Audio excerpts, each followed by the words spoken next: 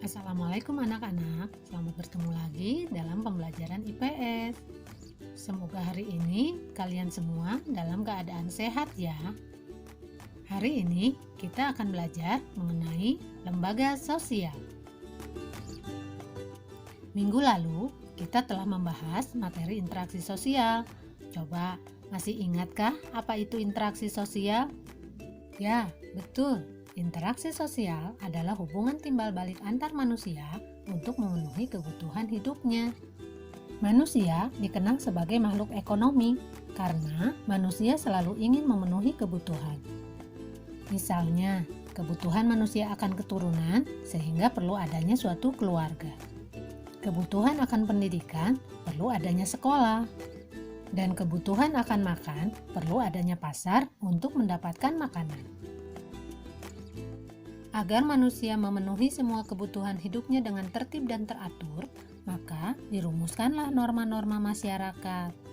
Apakah yang dimaksud dengan norma? Norma merupakan aturan atau kaidah yang menjadi pedoman tingkah laku. Norma memberitahu kalau perilaku kita itu benar atau salah. Keseluruhan norma-norma yang berhubungan dengan kebutuhan pokok dalam masyarakat disebut lembaga sosial. Sistem norma atau aturan-aturan yang dikategorikan sebagai lembaga sosial harus memiliki syarat-syarat berikut. Pertama, sebagian besar anggota masyarakat menerima norma tersebut. Yang kedua, norma tersebut menjiwai seluruh warga dalam sistem sosial. Dan yang ketiga, norma tersebut mempunyai sanksi yang mengikat setiap anggota masyarakat.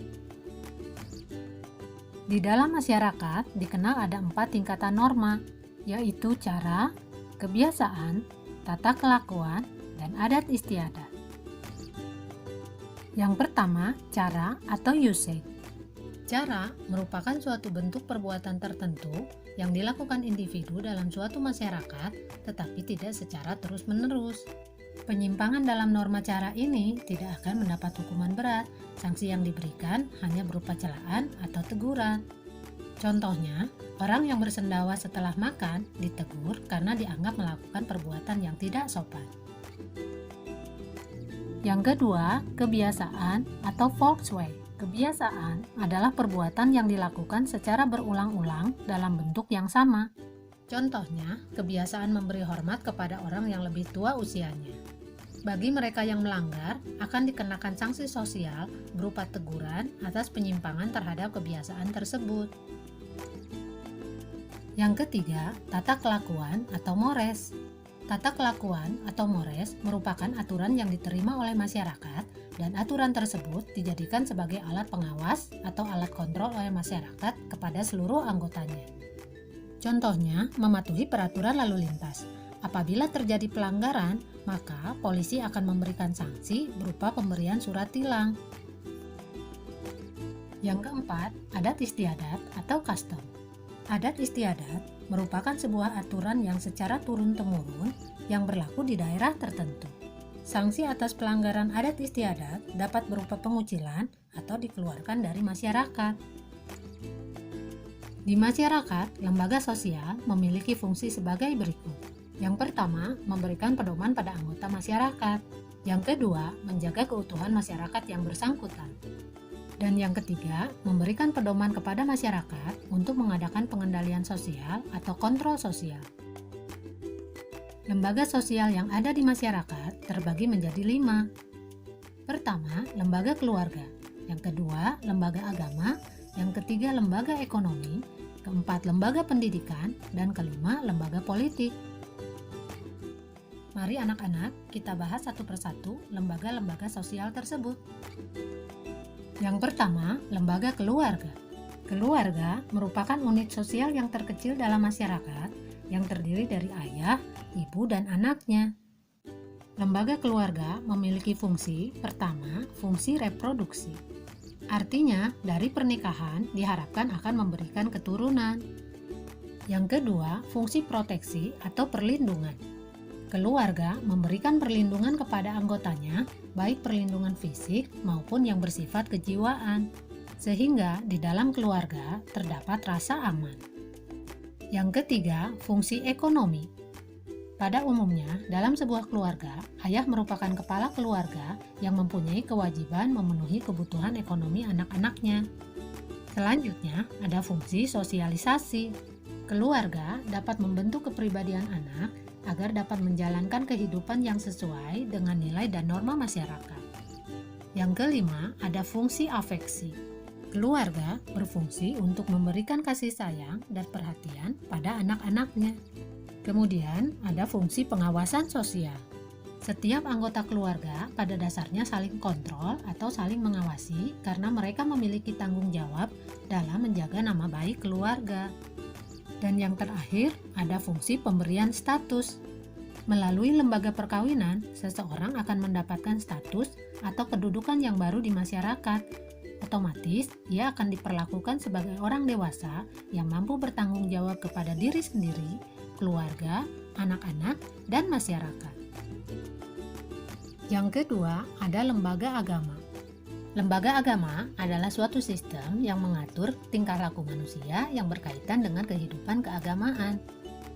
Fungsi lembaga agama diantaranya adalah sebagai berikut. Pertama, sebagai pedoman hidup bagi umat beragama. Yang kedua, sebagai sumber kebenaran. Yang ketiga, pengatur tata cara hubungan manusia dengan manusia lain, serta hubungan manusia dengan Tuhannya. Selanjutnya, fungsi lembaga agama adalah sebagai prinsip benar atau salah. Yang ketiga, ada lembaga ekonomi. Lembaga ekonomi adalah bagian dari lembaga sosial yang mengatur tata hubungan antar manusia dalam pemenuhan kebutuhan hidup sehari-hari. Fungsi dari lembaga ekonomi: pertama, memberikan pedoman dalam mendapatkan bahan pangan. Yang kedua, memberi pedoman dalam melakukan suatu pertukaran barang atau barter. Yang ketiga, memberikan pedoman tentang harga jual beli barang. Selanjutnya, lembaga ekonomi berfungsi untuk memberikan pedoman bagaimana menggunakan tenaga kerja, cara pengupahannya, dan cara pemutusan hubungan kerja. Yang keempat adalah lembaga pendidikan. Lembaga pendidikan adalah lembaga atau tempat berlangsungnya proses pendidikan yang dilakukan dengan tujuan untuk mengubah tingkah laku individu ke arah yang lebih baik melalui interaksi dengan lingkungan sekitar. Fungsi manifest lembaga pendidikan: pertama, mempersiapkan anggota masyarakat agar bisa mencari nafkah. Yang kedua, mengajarkan peranan dan tanggung jawab yang harus dilaksanakan dalam masyarakat. Yang ketiga, mengupayakan tenaga pembangunan yang terlatih, terdidik, dan terampil. Dan yang keempat, menanamkan nilai dan norma di lingkungan masyarakat. Sementara fungsi laten dari lembaga pendidikan, yang pertama, mengurangi pengendalian orang tua terhadap anak. Dan yang kedua, mengajarkan peserta didik untuk dapat bersikap kritis dan berpikir positif. Yang terakhir, ada lembaga politik. Lembaga politik adalah suatu sistem yang berkaitan dengan penyelenggaraan pemerintahan dan negara. Fungsi lembaga politik: pertama, memelihara ketertiban di dalam negeri. Dan yang kedua, lembaga politik berfungsi untuk mengusahakan kesejahteraan umum. Contohnya, pengadaan dan distribusi pangan, sandang, papan, pendidikan, dan kesehatan. Nah, anak-anak, itulah pembahasan materi mengenai lembaga sosial. Mudah-mudahan kalian dapat memahaminya ya.